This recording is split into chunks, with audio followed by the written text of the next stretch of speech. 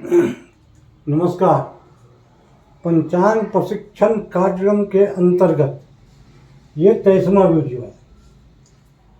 पंचांग के बारे में मैंने आपको बहुत कुछ जानकारी दे दिया है, जो पंचांग देखने के लिए परिपूर्ण है, लेकिन कुछ चीज़ें और बच गई हैं। जैसे पृथ्वी शयन नक्षत्र, अभी तक आपने देखा कि दिन यानी यात्रा मुहूर्त में इसकी जरूरत नहीं थी, इसके बारे में कोई जानकारी आपको नहीं मिली।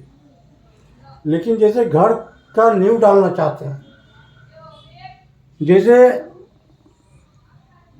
बोरिंग कराना चाहते हैं किसी भी बिल्डिंग का, या चापाकल लगाना चाहते हैं किसी भी बिल्डिंग के लिए, आप नींव डालना चाहते हैं, तालाब खुदवाना चाहते हैं, कुआं बनवाना चाहते हैं, पेड़ लगाना चाहते हैं, तो ये जो कार्य हैं जिसमें पृथ्वी में खुदाई की जरूरत पड़ती है, तो ये पृथ्वी में जो खुदाई की जरूरत पड़ती है, इनके लिए ये पृथ्वी शयन नक्षत्र जानना जरूरी है, क्योंकि इन नक्षत्रों में पृथ्वी सोई हुई रहती है। अभी पृथ्वी शयन नक्षत्र क्या है, पहले ये जान लीजिए। इसमें आपको दो शब्द दिखाई दे रहे हैं, सूर्य नक्षत्र, चंद्र नक्षत्र। सूर्य नक्षत्र हुआ कि आपने पंचांग में देखा है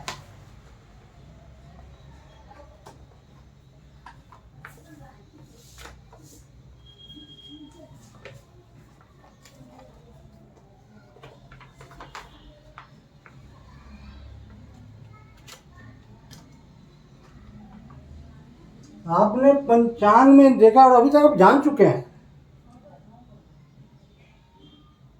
प्रत्येक दिन एक नक्षत्र गुजरता है। हमारे 27 नक्षत्र हैं। ये जो दैनिक रूप से नक्षत्र परिवर्तन होते हैं, इसे हम चंद्र नक्षत्र कहते हैं। और जैसे आपने सुना होगा देहातों में, गांव घर में या कहीं भी, को बारिश वर्षा वगैरह का समय आता है, बुआई का टाइम आता है, अभी हथियार नक्षत्र चल रहा है या उत्तरायण नक्षत्र चल रहा है। ये क्या, जिस तरह से सूर्य एक राशि में एक महीना भ्रमण करते हैं, जिसके आधार पे 16 सौर मास होता है, जो संक्रांति से संक्रांति तक चलता है। आपने ये भी पढ़ा है, सीखा है कि सूर्य एक दिन में करीब 1 डिग्री आगे बढ़ते हैं। और एक नक्षत्र का मान मैंने आपको बताया है, तो नियरली 13 डिग्री 20 मिनट का होता है। तो 13 डिग्री यानी 13 दिन के बाद 14वें दिन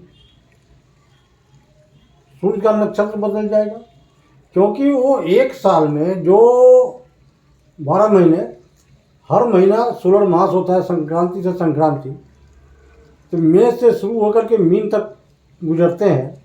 उसी तरह से ये पूरे एक साल में सूर्य 27 नक्षत्र से भी गुजरते हैं, जिनके लिए अप्रॉक्सीमेट 14 दिन का टाइम होता है एक नक्षत्र से गुजरने के लिए। तो सूर्य जिस समय जिस नक्षत्र से गुजर रहे हों, वो सूर्य नक्षत्र हो गया। जैसे आप पंचांग में देखिए, यहाँ अगहन कृष्ण पक्ष प्रतिपदा के दिन अनुराधा याम रवि लिखा हुआ है। इसका मतलब हुआ कि सूर्य अनुराधा नक्षत्र में इतने समय में प्रवेश कर चुके हैं, और यहाँ से 14 दिन के बाद नियर अबाउट देखिए, अगहन कृष्ण पक्ष चतुर्दशी शुक्रवार को सूर्य जो है अनुराधा के बाद ज्येष्ठा नक्षत्र में प्रवेश कर गए। यानी 14 दिन तक सूर्य अनुराधा नक्षत्र में भ्रमण करते रहे। 15वें दिन वो ज्येष्ठा नक्षत्र में पहुंच गए, या 14वें दिन पहुंच गए। चूँकि 13 डिग्री 20 मिनट है एक नक्षत्र का मान, तो थोड़ा आगे पीछे होता रहेगा। ये सूर्य जिस नक्षत्र में है वो सूर्य नक्षत्र कहलाएगा। और इस दिन देखिए इस बीच में कितने नक्षत्र गुजर गए, देखिए रोहिणी, मृगशिरा, आर्द्रा, पुनर्वसु, पूष, श्लेखा, मघा। तो ये जो नक्षत्र है ये चंद्र नक्षत्र हो गए। इन दो चीज़ों को आप हमेशा ध्यान रखें, सूर्य नक्षत्र और चंद्र नक्षत्र। ये मेरे ख्याल से आप समझ चुके होंगे। तो सूर्य नक्षत्र में यहाँ आपने देखा जो मैंने लिखा है, देखिए सूर्य नक्षत्र से 5वां नक्षत्र, 7वां नक्षत्र, 9वां नक्षत्र, 12वां नक्षत्र, 19वां नक्षत्र और 26वां नक्षत्र, ये जो नक्षत्र हैं इन नक्षत्रों में पृथ्वी सोई रहती है। अतः इन नक्षत्रों में खनन संबंधी कार्य नहीं करना चाहिए। अब खनन संबंधी कार्य से घर या मकान की नींव की खुदाई, बेशक हो चाहे मंदिर हो या कुछ भी हो, खुदाई का काम है वो नहीं करना चाहिए। वृक्ष आदि फल फूल नहीं लगाना चाहिए। चापाकल, बोरिंग, कुआं, तालाब आदि का खनन कार्य नहीं करना चाहिए। इस तरह के जो खनन संबंधी कार्य हैं वो पृथ्वी शयन नक्षत्र में नहीं हो सकता, नहीं होना चाहिए। अगर आप करते हैं तो उसका फल विपरीत मिल सकता है। अब आप कैसे गणना करेंगे? जैसे मान लीजिए कि पृथ्वी अभी अनुराधा, सूर्य अभी अनुराधा नक्षत्र में प्रवेश कर चुके हैं और इस विदिन 14 डेज 15 दिन के अंदर आपको अगर वास्तु, जैसे मैंने आपको दिखा देता हूँ इसी पंचांग में, आप लोग पंचांग से इसको टैली कर लेंगे तो मालूम पड़ जाएगा। सूर्य अनुराधायाम रवि, अनुराधा में रवि सूर्य है। अब इसमें देखिए गृहारंभ ये 22 तारीख को है, 20 को अनुराधा में चले गए तो 22 को है, तो 22 को देखिए कौन सी नक्षत्र है, मृगशिरा नक्षत्र है। 22 को मृगशिरा नक्षत्र है। तो अनुराधा से तक गिनती कीजिए। अनुराधा को एक मानेंगे। अनुराधा, ज्येष्ठा, मूल, पूर्वाषाढ़, उत्तराषाढ़, श्रवणा, धनिष्ठा, शतभिखा, पूर्व भाद, उत्तर भाद, रेवती, अश्विनी, भरणी, कृत्तिका, रोहिणी, मृगशिरा, आर्द्रा, पुनर्वसु, पूष, अश्लेखा, मघा, पूर्व फाल्गुनी, उत्तर फाल्गुनी, हस्त, चित्रा, स्वाति, विशाखा। इसका अनुराधा में तो है ही। तो ये हो गया 16, 8, 24, 3, 27, 27वां नक्षत्र। 26वां नक्षत्र वर्जित है, 27वें नक्षत्र में आप कर सकते हैं। इसके लिए, इन चीज़ों के लिए आपको जो है इधर एक चक्र दिया हुआ है।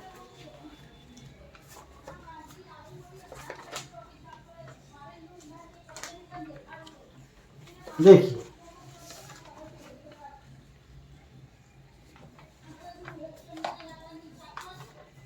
यहाँ पे ढेर सारे चक्र दिए हुए हैं। गृहारंभ है वृष चक्रम अर्कभाग, गृह प्रवेशे कुंभ चक्रम अर्कभाग, हवन चक्र सूर्य भाग, रोहिणी भाग वापी चक्रम। इन चक्रों में अब इसको कैसे हम गिनती करें वो देखिए।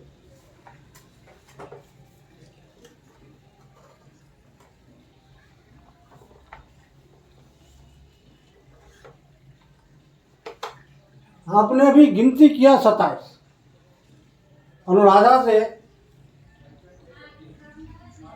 27 गिनती किया था, मृगशिरा 27 क्यों? अनुराधा, ज्येष्ठा, मूल, पूर्वाषाढ़, उत्तराषाढ़, श्रवणा, धनिष्ठा, शतभिखा, पूर्व भाद, उत्तर भाद, रेवती, अश्विनी, भरणी, कृत्तिका, रोहिणी, मृगशिरा। मृगशिरा 16वां है, इसमें 16वां भी नहीं है। अब मृगशिरा में अगर गिनती 16 हुआ तो यहाँ कैसे चेक करेंगे? देखिए शुरू अनुराधा से 3, यहाँ 3 लिखा हुआ है, 3, 4, 4, 3, 4, 3, 3, 3। अब ये क्या है, इनका टोटल 27 होगा। तो अनुराधा से 3 नक्षत्र, इसका शीर्ष ऊपर होते हैं। इसमें अग्नि भी, अगर मान लीजिए आप मकान गृह प्रवेश गृह आरम्भ करना चाह रहे हैं, उस मकान में अग्नि की भय की संभावना, आग लगने की संभावना बनी रहेगी। लग गया, बड़ी बात नहीं है। इस 3 के बाद 4, अनुराधा, ज्येष्ठा, मूल, 3 खत्म हो गए। पूर्वाषाढ़, उत्तराषाढ़, श्रवणा, धनिष्ठा, ये 4 नक्षत्र जो हुए उसमें देखिए, हाँ, शून्य, कुछ फलाफल नहीं है। इसके बाद 4, तो 3, 4, 7, 4, 11, 3, 14, 14, 4, 18, और ये संख्या है 16। तो ये जो 4 नक्षत्र हुए, जिसमें फल है लाभा, इससे पहले वाला भी है धनम, उससे पहले वाला है स्थैर्यम। तो इन मतलब सूर्य नक्षत्र से 4, 3, 7 नक्षत्र के बाद 4, 3, 7, 4, 11, 7 नक्षत्र के बाद जो 11 नक्षत्र हैं, उसमें आप आराम से गृहारंभ कर सकते हैं। इसी तरह से हर एक चीज का यहाँ पे चक्र दिया हुआ है। गिनती सूर्य नक्षत्र से होगी, जिसको हम 1 मान करके चलेंगे। पहली गिनती 1 वही होगा जिसमें सूर्य हैं। अब उसके बाद आप इसी तरह से गणना करेंगे। तो मैं समझता हूँ कि इस चक्र के बारे में आप समझ चुके होंगे। हर एक चीज के लिए अलग अलग चक्र दिया हुआ है। आप जो काम करना चाहते हैं पंचांग में, उसका अगर चक्र दिया हुआ है तो आप उसको शुद्ध कर लें। देखिए, पृथ्वी से नक्षत्राणी जो मैंने लिखा है वो यहाँ लिखा हुआ है। आप इसे भी पढ़ सकते हैं, पढ़ करके देख लीजिए, टैली कर लीजिए। तो मेरे ख्याल से इस वीडियो में आप पृथ्वी शयन नक्षत्र के बारे में जानें, जो आपके पंचांग देखने के कार्य में और आपको वृद्धि लाएगा। इसके बाद हम दूसरी चीज़ों के बारे में चलेंगे। अभी इतना ही, नमस्कार।